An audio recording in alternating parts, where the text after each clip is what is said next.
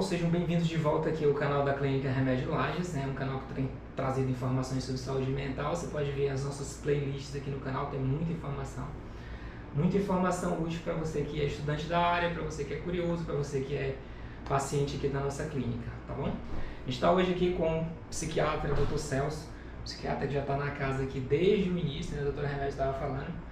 Queria que você apresentasse para a gente aí, Dr. Celso. Ok, vou fazer uma apresentação breve. Primeiro, agradecer o convite, né? Sempre é uma honra estar colaborando com essas iniciativas aqui do nosso colega da Clínica Remédio Lages. Então, meu nome é Celso Nunes, eu sou médico e psiquiatra de formação, fiz um mestrado em Saúde e Ciências aqui na UFPI e o doutorado em Psicologia Clínica na PUC de São Paulo, né? Estou aqui, como acabou de ser dito, desde a inauguração da clínica, né? 18 anos já. Há 18 anos já aqui na clínica. É uma história, né? Com certeza, é uma segunda casa para mim. A gente vai aproveitar o Dr. Celso aqui, a gente vai conversar sobre um tema interessante, que é essa questão do diagnóstico, né? O diagnóstico especializado, que é uma coisa muito séria, a questão da saúde mental tem sido um pouquinho, assim, não sei se o Celso concorda comigo, de certa forma banalizado, né? E a pergunta que a gente queria fazer é assim, Celso, como é que a questão do senso comum, principalmente essas informações são disseminadas nas redes sociais, como é que isso atrapalha assim, o trabalho do psiquiatra na questão do diagnóstico, do próprio tratamento em si? Né? Isso é muito interessante porque eu acho que ao mesmo tempo que atrapalha também pode ajudar, né? Sim. Porque também existe o chamado subdiagnóstico, ou seja, pessoas que sofrem de um transtorno mental a vida inteira e que simplesmente só tiveram noção de que podem estar com transtorno mental através de um instrumento leigo, né? Da grande mídia, por exemplo. Mas aí é preciso, né, como eu estava comentando com você anteriormente, né, a gente entender como é que esse diagnóstico chega na grande massa, né? Então, é importante a gente lembrar que na psiquiatria, na ciência de maneira geral, mas na ciência médica e na psiquiatria, existem manuais diagnósticos, né? E esses manuais diagnósticos, eles são reavaliados numa periodicidade, né? A cada 10 anos. Quais são os principais, né? O DSM e a CID-10. Né? Então, é bastante comum que alguns diagnósticos sejam revisados, né? A gente não gosta muito de utilizar o termo diagnóstico de moda, porque algumas pessoas podem se sentir ofendidas, né, com esse termo, né? Mas a gente tem que lembrar, por exemplo, que ninguém chega ao médico hoje dizendo: doutor, eu acho que eu sou histérica, no caso, né? Ou eu acho que sou psicopata, né? Embora a gente veja isso na mídia, no caso da psicopatia o tempo todo, na mídia, na literatura, no cinema, ninguém chega, mesmo com a influência da imprensa leiga, dos veículos, da cultura de massa, ninguém chega falando isso para o psiquiatra, né? Já existem outros diagnósticos que passam a ser bastante comum, né? Cada vez mais comum, mais frequente a procura nos hospitais. Por quê? Aos consultórios. Porque foram justamente esses diagnósticos que entraram em voga após essas revisões desses manuais, né? A gente vai citar aqui como exemplo, talvez seja um dos mais comuns hoje em dia, mas que as pessoas esperam que a gente fale mais, é a questão, por exemplo, do autismo, né? Então, antes dessas revisões, para você fazer um diagnóstico de autismo, era um tanto quanto mais difícil, porque os critérios eram muito rígidos, né? E hoje em dia a gente viu mais uma flexibilização dos critérios, né? E eles passaram a constar nos novos manuais de diagnóstico, né? Então, esse critério, além de ser mais... O fato de ser flexível não significa dizer que está errado. Só significa dizer que abrange um número maior de pessoas. Tanto é que não se fala mais em autismo, se fala em espectro autista. Né? Então, de certa forma, essas informações que são disseminadas servem de ponte para que a pessoa chegue ao diagnóstico correto. Ela chega no consultório, talvez ela tenha uma ideia mais ou menos, aí vai ser... Exato. Só que eu queria falar um pouco desse processo, né? Como é que chega até a grande massa. Começa nos periódicos especializados, né? Que eles têm, de alguma forma, eles têm que dar base e refletem um pouco dessas mudanças dos manuais diagnósticos, tá certo? Depois eles passam para a mídia leiga, que é a grande mídia, para depois chegar na massa, né? E é muito comum que a mídia leiga faça o seguinte esquema.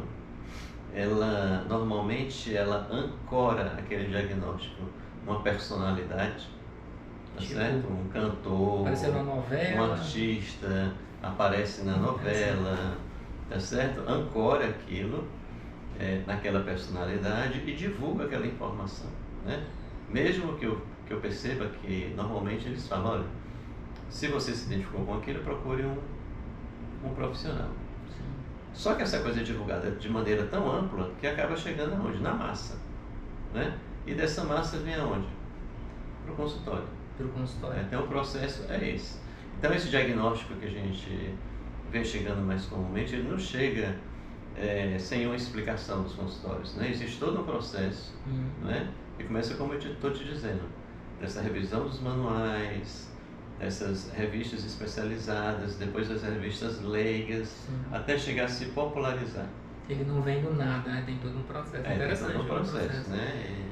Depois da questão do diagnóstico, tem uma outra coisa comum, que é a questão da automedicação, né? A automedicação, mas que tão importante quanto isso é você falar da cultura da medicalização. Hoje em dia as pessoas, com o imediatismo, né, que existe hoje, eu acho, para todos os aspectos da vida, tudo tem que ser muito rápido, tudo imediato.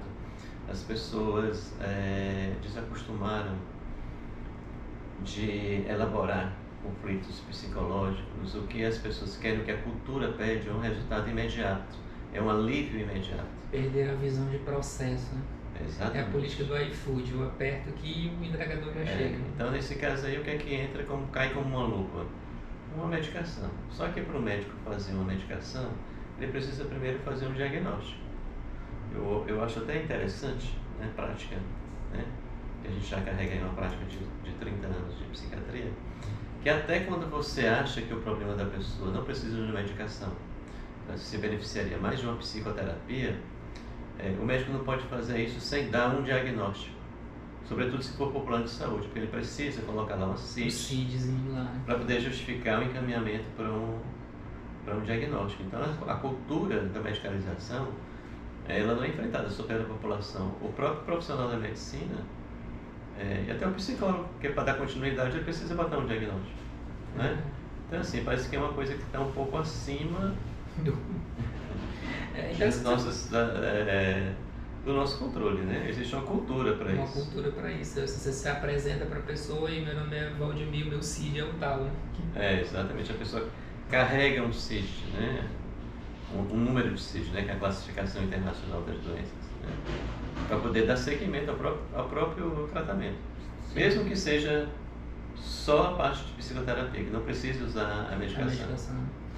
Já que a gente falou aqui sobre a questão da parceria da psicoterapia com o tratamento psiquiátrico, você falasse um pouquinho da importância disso, do acompanhamento psicológico no tratamento de pacientes da saúde mental, uma vasta experiência já, né?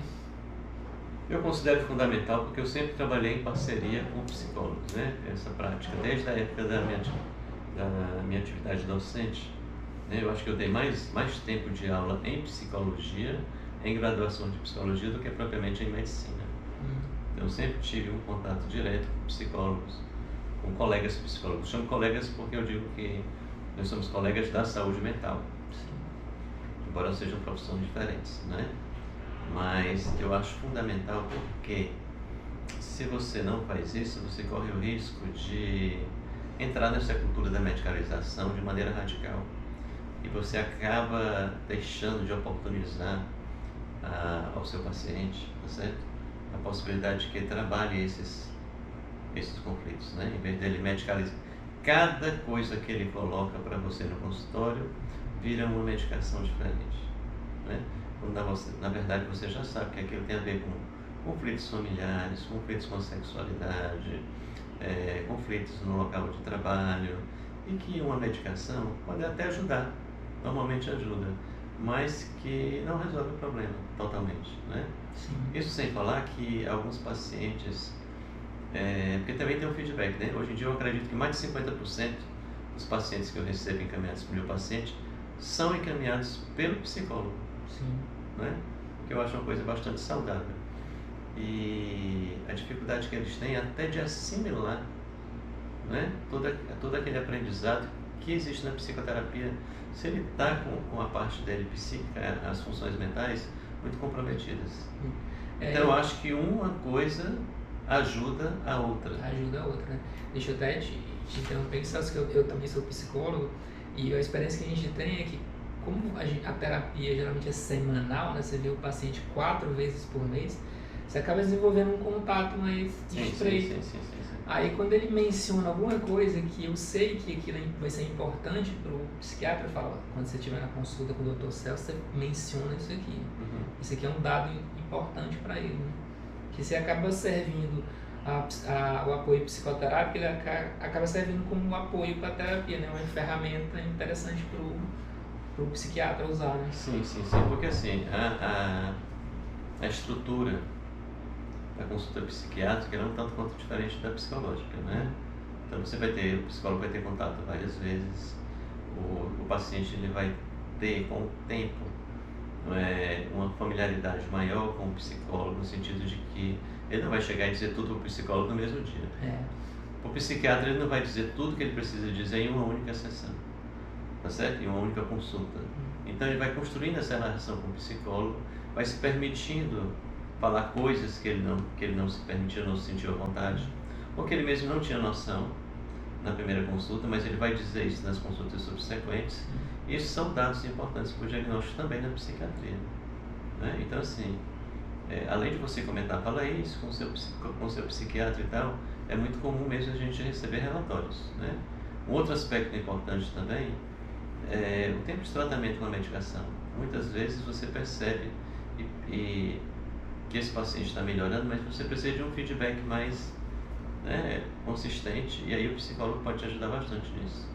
Isso é uma ferramenta interessante. O que a gente escuta como dúvida, normalmente, você comentando essa questão da medicação, pessoas que não passaram ainda por psiquiatra, ele tem aquele receio, nossa, Vladimir, eu vou tomar essa medicação, o que vai acontecer comigo? Ou então, como é que eu começo, como é que eu termino? Isso é uma dúvida comum de quem não passou ainda por um tratamento psiquiátrico, né? Eu queria que você falasse um pouquinho sobre isso, sobre esse desenvolvimento de como é que a medicação, com algumas medicações agem, como é que outras funcionam, como é que começa, como é que termina. Aí tem a questão do estigma da psiquiatria, né? Então, a gente sabe que essa questão dos psicotrópicos não é uma questão tão antiga, né? Eu acho que a psiquiatria hoje, dentro das especialidades médicas, talvez é que tenha o arsenal de medicações maior, né? É impressionante a quantidade de medicações que surge na psiquiatria a partir das pesquisas e da indústria farmacêutica a cada dia, né? Sim. Os médicos são verdadeiramente bombardeados de medicações novas, né? Eu acho que as pessoas têm um pouco dessa resistência por causa desse estigma mesmo da psiquiatria, mas que, por incrível que pareça, está diminuindo muito, quase acabando. A maioria das pessoas hoje, às vezes eu até fico admirado de pessoas que procuram um psiquiatra por coisas que até 10 anos atrás não procuravam. Coisas, entre aspas, leves, não é? Não necessariamente morbidade psiquiátrica maior, não é? Significa que a questão dos mitos está diminuindo, né? A questão dos estigmas está diminuindo. As pessoas cada vez mais estão vendo a psiquiatria como, não, eu estou com um problema de ordem mental, eu vou procurar um psiquiatra. Está diminuindo essa questão do estigma. Isso sem falar que os próprios colegas médicos de outras especialidades estão encaminhando bastante, cada vez mais. Isso é bom, né? Na psiquiatria.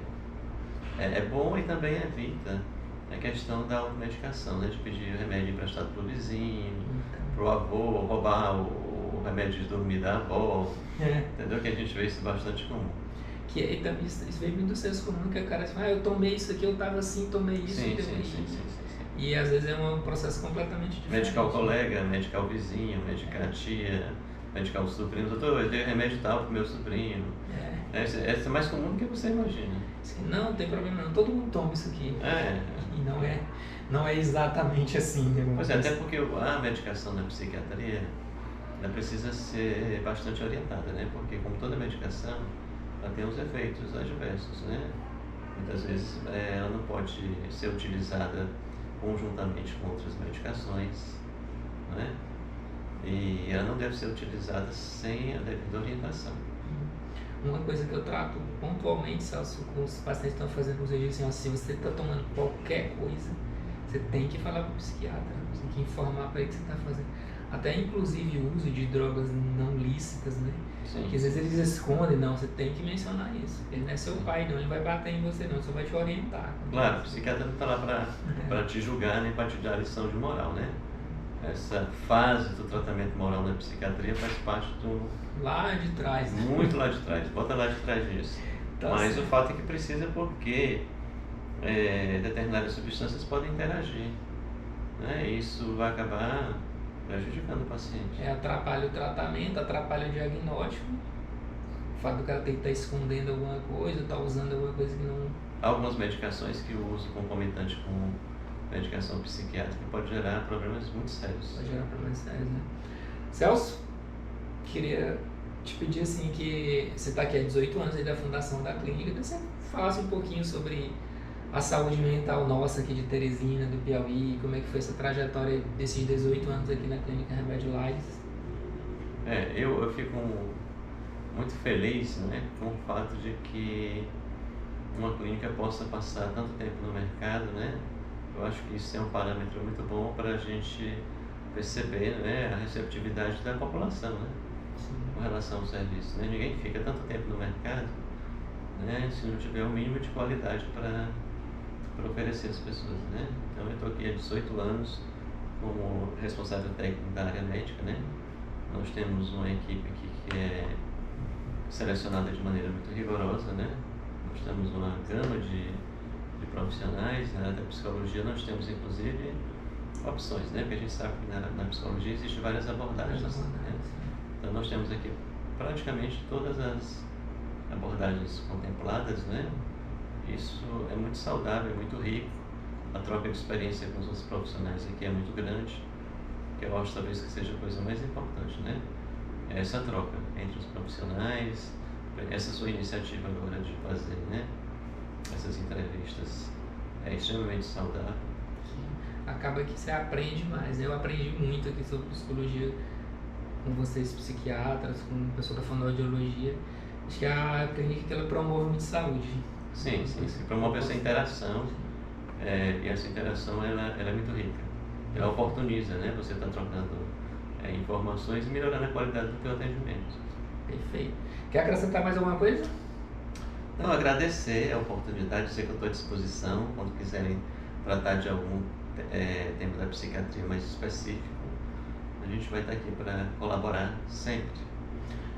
Gente, agradecer aqui o Dr. Celso e dizer que se você tiver alguma dúvida pode escrever aqui nos comentários, né, desse vídeo aqui, que a gente repassa aqui para o Dr. Celso, a gente responde da melhor maneira possível. E em breve a gente volta com outros temas. Obrigado, Celso. Eu que agradeço. Obrigado. Vou tocar a música do sexteto, né? Perfeito.